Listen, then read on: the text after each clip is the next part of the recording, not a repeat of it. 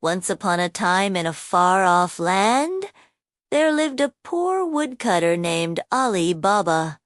Ali Baba had a brother named Kasim, who was rich because he had married a rich woman, and so he spent his days in luxury, while Ali Baba spent his days cutting wood in the forest and selling it in the marketplace. One day, while Ali Baba was cutting wood, he saw a cloud of dust rising in the distance. Thinking it might be a group of travelers, he climbed up a tree to get a better look. Soon, he saw 40 men on horseback riding towards him. They were heavily armed, and each man carried a sack full of treasure. The men stopped in front of a large rock, and the leader of the group approached the rock and cried out, "Oh, Pushimashima!" As he spoke, the rock split open like a door, revealing a secret cave behind it. The men went inside with their treasure, and after some time, the leader said, "Close! Sim, sim!" The rock closed again, hiding the cave. When Ali Baba saw this, he climbed down the tree, walked up to the rock, and repeated, "Open! Sim, sim!" The rock opened, and he entered the cave. Inside, he saw piles of gold, silver, jewels, silks, and countless treasures.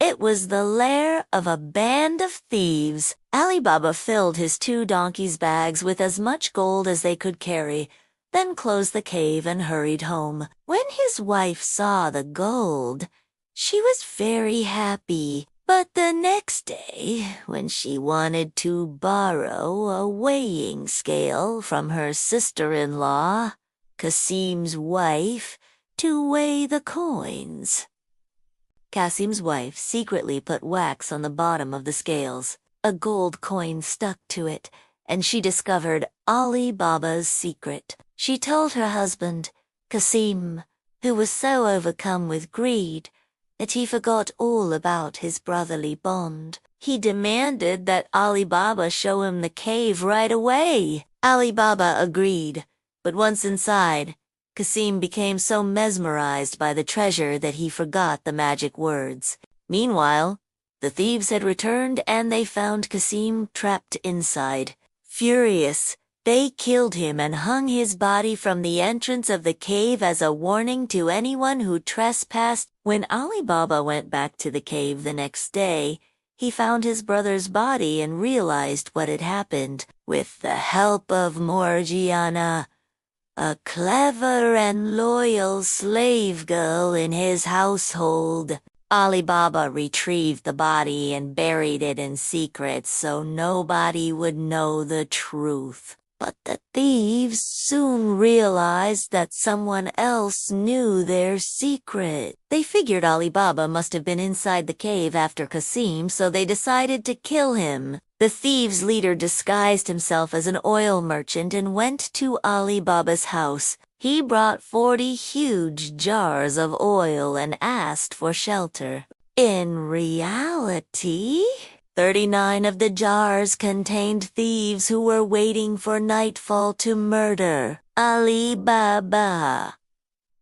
But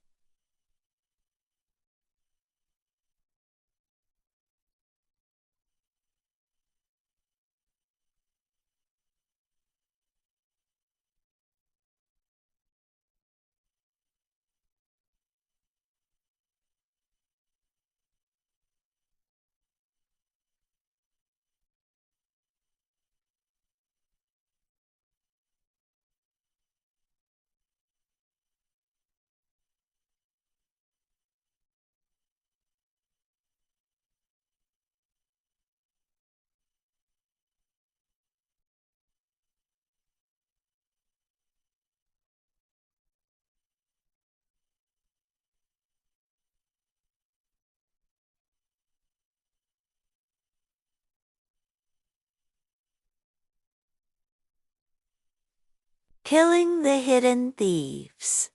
When the leader came to check on his men, He found them all dead, furious and vengeful. He fled. Later, he returned and disguised himself as a merchant. He befriended Ali Baba and was even invited to a feast at his house. Midway through the feast, Morgiana recognized him and began a sword dance to entertain the guests. In the middle of the dance, she plunged a dagger into the disguised thief's heart, and he died instantly. Ali Baba was shocked, but Morgiana explained everything. She was so clever and wise that Ali Baba freed her from slavery and later arranged for her to marry his son. So with all 40 thieves now dead, the secret of the cave belonged only to Ali Baba and his family. He returned to the cave many times, taking only what he needed, but never grew greedy like his brother Qasim. And so Ali Baba spent the rest of his life in peace and prosperity. He was a poor man, but he was also a wise and kind man, which is why everyone loved him.